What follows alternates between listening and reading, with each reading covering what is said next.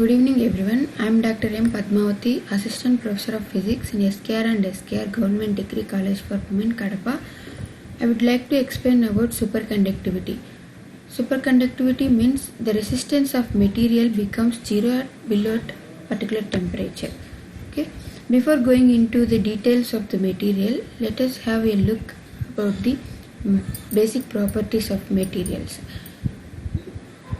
First of all, we have to know what is resistance. Okay.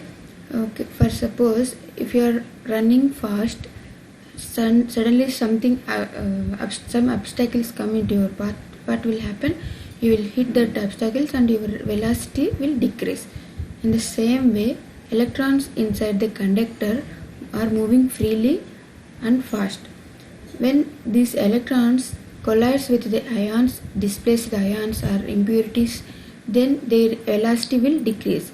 That decrease in velocity is called resistance. Here for material, resistance is due to the presence of impurities and dislocations in the material.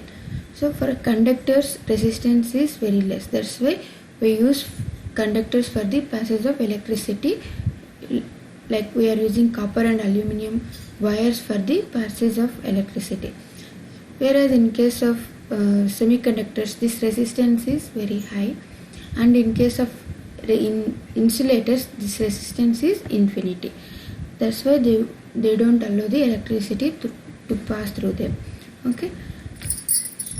So if we can imagine, if the pure metal is available, then and it is perfect in structure, we can have zero resistance in that material. No?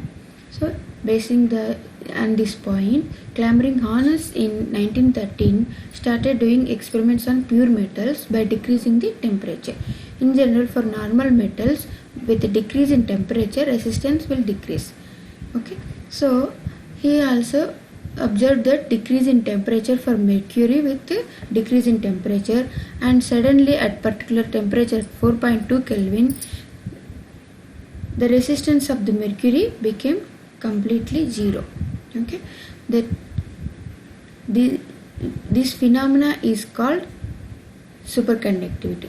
The resistance of material becoming zero at particular temperature is called superconductivity.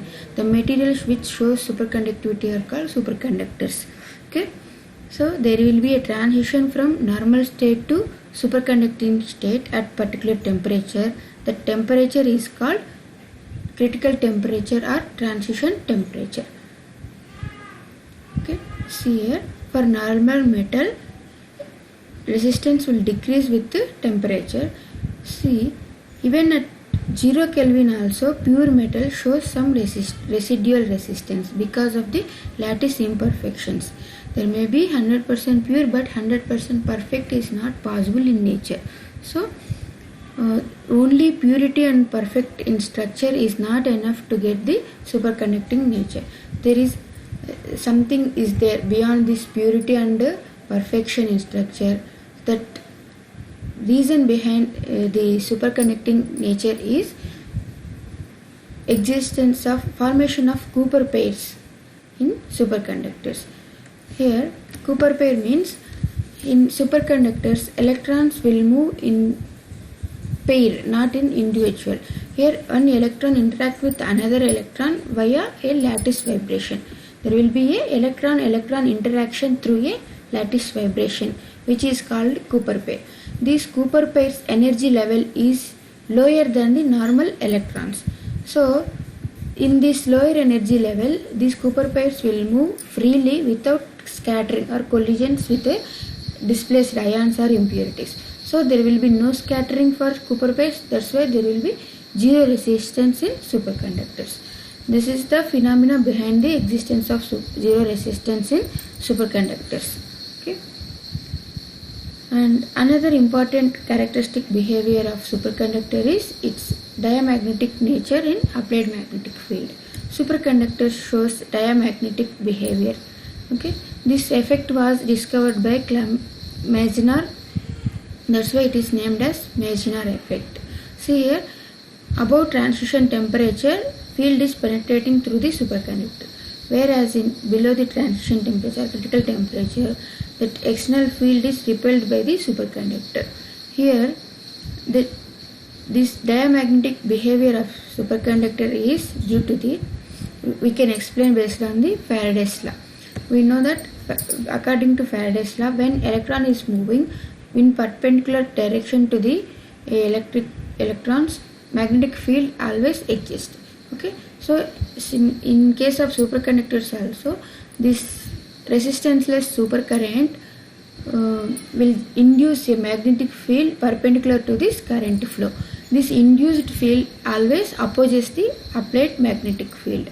That's why it will not allow the magnetic field to penetrate through the superconductor.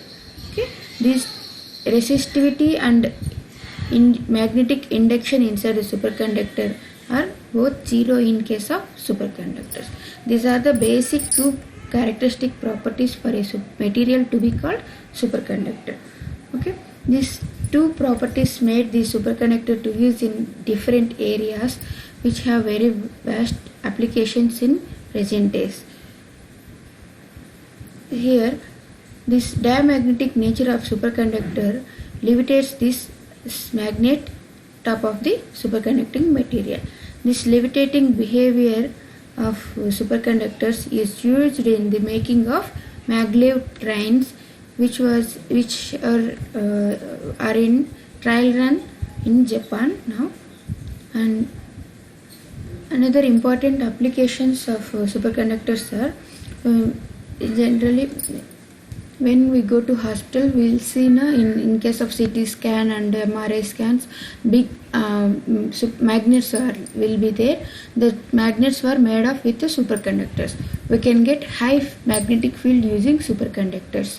Okay, these superconducting magnets will be used to accelerate the particles and directionalize the particles.